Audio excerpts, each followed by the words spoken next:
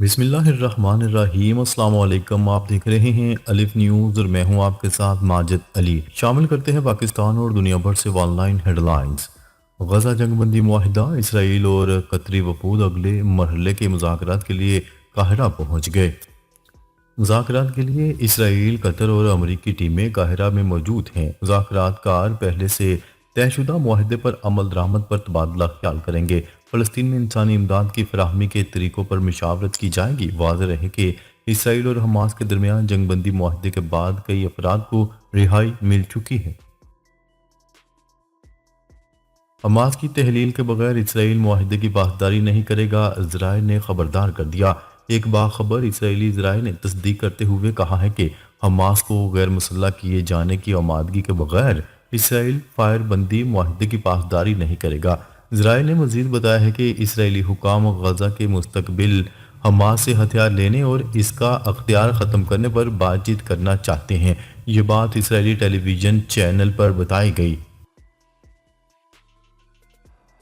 فلاڈیلفا راہداری غزہ میں جنگ بندی کے مستقبل کو کس طرح متاثر کر سکتی ہے؟ قاہرہ میں حماس کے ساتھ بات چیت شروع ہونے سے چند گھنٹے قبل اسرائیل نے ایک بڑا دھماکہ خیز اعلان کر دیا۔ اسرائیل کے ایک اعلیٰ عہدیدار کے اعلان کے مطابق ان کا ملک فلاڈیلفا کی تصویراتی راہداری سے اپنی فوجیں نہیں ہٹائے گا، جبکہ فائر بندی معاہدے میں وہاں سے اسرائیلی انخلا مذکورہ ہے۔ یہ اس اعلان سے مرکزی وساطت کار مصر میں جاری حالیہ مذاکرات خطے میں پڑ سکتے ہیں۔ ایک اور باخبر ذرائع نے باور کروایا کہ اسرائیل اور حماس کے درمیان فائر بندی معاہدے میں ایک شق ہے جس میں یہ بات مذکورہ ہے کہ 50 روز کے اندر یعنی 9 مارچ تک فلاڈیلفا راہداری سے اسرائیلی فوج کا انخلا مکمل کیا جائے گا۔ یہ بات عربی روزنامے الشرق الاوسط میں کی گئی۔ ایران معاشی دباؤ اور غنڈہ گردی کے سامنے سر نہیں جھکائے گا، ایرانی صدر نے خبردار کر دیا۔ ایران کے صدر ڈاکٹر مسعود پزشکیان نے پابندیوں کے خلاف ملک کے مضبوط موقف کا اعادہ کرتے ہوئے کہا ہے کہ ایران معاشی دباؤ اور غنڈہ گردی کے سامنے سر نہیں جھکائے گا اور جنگی جرائم میں ملوث افراد کی دھونس اور دھمکیوں میں نہیں آئے گا۔ انہوں نے کہا کہ ہم مذاکرات کرتے ہیں مگر عالمی غنڈہ گردی اور بلیک میلنگ کے سامنے نہیں جھکیں گے۔ خطے میں سفارتکاری کے حوالے سے انہوں نے ایران کے عزم کو دہراتے ہوئے خبردار کیا ہے کہ ہم اپنے ہمسایہ ممالک سے کسی تنازع میں نہیں پڑنا چاہتے۔ ڈونلڈ ٹرمپ نے برطانوی وزیر اعظم کی طرف سے یوکرین کے لیے مزید فوجی امداد کی درخواست مسترد کر دی۔ ڈونلڈ ٹرمپ نے برطانوی وزیر اعظم کے اسٹارمر کی طرف سے یوکرین کے لیے فوجی امداد کے وعدے کی درخواست کو مسترد کرتے ہوئے کہا ہے کہ امریکہ کے ساتھ یوکرین کا معدنیات کا معاہدہ ہی کیف کے لیے روس کے خلاف حفاظتی ضمانت ہے۔ برطانوی وزیر اعظم نے ڈونلڈ ٹرمپ کے عہدہ صدارت کی دوسری مدت کے آغاز کے بعد پہلی بار ان سے وائٹ ہاؤس میں ملاقات کی ہے۔ شیخ حسینہ کی حکومت کا تختہ الٹنے والے طلبہ کی سیاست میں انٹری۔ بنگلہ دیش میں سابق وزیر اعظم حسینہ واجد کی حکومت کا تختہ الٹنے والے طلبہ نے سیاست میں انٹری دے دی، آج اپنی سیاسی جماعت کو لانچ کریں گے۔ غیر ملکی میڈیا کی رپورٹ کے مطابق حال ہی میں ان طلبہ نے عام انتخابات سے قبل اپنی سیاسی جماعت جاتیہ نگورک پارٹی بنانے اور انتخابات میں حصہ لینے کا اعلان کیا تھا۔ ان کے مطابق تمام شعبوں سے تعلق رکھنے والے افراد ذات پات یا مذہب سے قطع نظر ہمارے ساتھ شامل ہوں گے۔ بھارتی ریاست اتراکھنڈ میں برفانی تودہ گرنے سے 57 مزدور دب گئے۔ بھارتی میڈیا کے مطابق واقعہ ریاست اتراکھنڈ کے ضلع چمولی میں پیش آیا، جہاں سڑک کی تعمیر میں مصروف مزدور برفانی تودہ گرنے سے اس کے نیچے دب گئے۔ رپورٹ کے مطابق ابتدائی طور پر کل 57 افراد برفانی تودے کے نیچے دب گئے تھے، جن میں سے 16 افراد کو اب تک ریسکیو کیا جا چکا ہے، جبکہ 41 افراد تاحال ملبے تلے دبے ہوئے ہیں۔ بھارتی میڈیا کی رپورٹ کے مطابق تمام مزدور بارڈر روڈ آرگنائزیشن کے مزدور تھے۔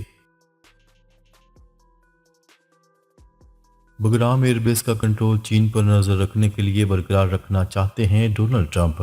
امریکی صدر ڈونلڈ ٹرمپ نے کہا ہے کہ وہ اگر جو بائیڈن کی جگہ ہوتے تو افغانستان میں بگرام ایئر بیس کا کنٹرول کبھی نہ چھوڑتے اور وہاں کم از کم 5000 امریکی اہلکاروں پر مشتمل دستہ تعینات رکھتے۔ وائس آف امریکہ کے مطابق پہلے کابینہ اجلاس کے دوران ایک سوال کے جواب میں صدر ڈونلڈ ٹرمپ نے کہا کہ بگرام ایئر بیس کا شمار دنیا کی بڑی ایئر بیسز میں ہوتا ہے، تاہم ان کے بقول امریکہ نے اس کا کنٹرول کھو دیا اور یہ ایئر بیس اب چین کے زیر اثر آ چکا ہے۔ ڈونلڈ ٹرمپ کا افغانستان سے امریکی انخلا کی تحقیقات کا اعلان۔ امریکی صدر ڈونلڈ ٹرمپ نے 2021 میں افغانستان سے ناقص امریکی انخلا کی تحقیقات کا اعلان کر دیا۔ امریکی صدر نے افغانستان سے امریکی انخلا کے طریقہ کار کو ناقص قرار دے دیا۔ غیر ملکی ذرائع ابلاغ کے مطابق امریکی صدر ڈونلڈ ٹرمپ نے جو بائیڈن کو افغانستان میں اربوں ڈالر کا فوجی سامان چھوڑنے کا بھی ذمہ دار قرار دیا۔ انہوں نے کہا امریکہ کابل کو اربوں ڈالر دے رہا ہے اور یہ میرے لیے باعث فکر ہے۔ ماہ رمضان میں مسجد اقصی میں حفاظتی پابندیاں ہوں گی۔ اسرائیل نے جمعرات کو کہا ہے کہ وہ ہفتے کے آخر میں شروع ہونے والے مقدس ماہ رمضان کے دوران یروشلم کے قدیم شہر میں واقع مسجد اقصی کے احاطے میں حفاظت کی غرض سے پابندیاں نافذ کرے گا۔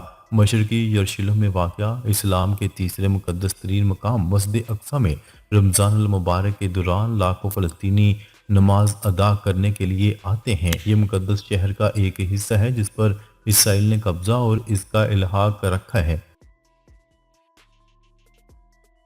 ایران نے اسرائیل کی دھمکیوں کو اشتعال انگیز قرار دے دیا۔ اسرائیلی وزیر کا انتباہ۔ ایران کی وزارت خارجہ نے اسرائیل کی دھمکیوں کو اشتعال انگیز قرار دیا جب اسرائیل کے وزیر خارجہ نے خبردار کیا کہ ایران کی جوہری صلاحیتوں کو روکنے کے لیے فوجی آپریشن کی ضرورت پیش آ سکتی ہے۔ امریکی میڈیا کمپنی ساتھ ایک انٹرویو میں اسرائیلی وزیر خارجہ نے کہا ایران نے 2 بم بنانے کے لیے کافی یورینیم افزودہ کر لیا ہے اور وقت تیزی سے ختم ہو رہا ہے۔ انہوں نے بدھ کے روز شائع مضمون میں کہا میرے خیال میں جوہری ایرانی پروگرام کو ہتھیار بنانے سے پہلے روکنے کے لیے ہمارے پاس ایک قابل اعتماد فوجی آپشن ہونا چاہیے۔ پاکستان اور متحدہ عرب امارات کے درمیان مختلف شعبوں میں تعاون کے معاہدے۔ ابو ظہبی کے ولیعہد شیخ خالد بن محمد بن زید ال نہیان وزیر اعظم ہاؤس پہنچے جہاں ان کے اعزاز میں استقبالیہ تقریب منعقد کی گئی۔ بعد ازاں پاکستان اور متحدہ عرب امارات کے درمیان مختلف معاہدوں کے تبادلوں کی تقریب ہوئی۔ وزیر اعظم شہباز شریف اور ابو ظہبی کے ولی عہد کے علاوہ army chief general Asim Munir بھی تقریب میں موجود تھے۔ میکسیکو اور کینیڈا پر 4 مارچ سے 25% ٹیرف نافذ ہو جائے گا، ڈونلڈ ٹرمپ نے خبردار کر دیا۔ امریکی صدر ڈونلڈ ٹرمپ نے کہا ہے کہ میکسیکو اور کینیڈا پر 4 مارچ سے 25% کا ٹیرف نافذ کر دیا جائے گا۔ ڈونلڈ ٹرمپ نے کہا کہ چین کی مصنوعات پر بھی اضافی 10% ڈیوٹی عائد کی جائے گی۔ نئے ٹیرف 10% ڈیوٹی کے علاوہ ہوں گے جو 4 فروری کو لگائی گئی تھیں۔ پاکستان اور چین کے درمیان خلائی شعبے میں تعاون۔ وفاقی وزیر اطلاعات و نشریات نے پاکستان اور چین کے درمیان خلائی شعبے میں تعاون کو اہم سنگ میل قرار دیتے ہوئے کہا کہ وزیر اعظم شہباز شریف کی قیادت میں حکومت کی خلائی تحقیق کے شعبے کی ترقی پر خصوصی توجہ مرکوز ہے۔ یہ بات انہوں نے جمعے کو وزیر اعظم ہاؤس میں پاکستان اور چین کے درمیان خلائی تحقیق میں تعاون کے سمجھوتے کی دستاویزات کے تبادلے کی تقریب کے موقع پر گفتگو کرتے ہوئے کہی۔ وفاقی وزیر نے کہا پاکستان کے پہلے مینڈ سپیس مشن کے حوالے سے چین کی اسپیس ایجنسی اور اسپارکو کے درمیان معاہدہ ایک اہم سنگ میل ہے جس پر چین کی حکومت کے شکر گزار ہیں۔ انہوں نے کہا کہ وزیر اعظم کے ویژن کی روشنی میں اسپارکو کے اقدامات قابل تعریف ہیں۔ جانوروں کی کمی۔ مراکش کے بادشاہ نے عوام سے اس سال قربانی نہ کرنے کی اپیل کر دی۔ مراکش کے بادشاہ نے عوام سے اپیل کرتے ہوئے کہا ہے کہ وہ رواں سال بڑی عید کے موقع پر قربانی سے گریز کریں۔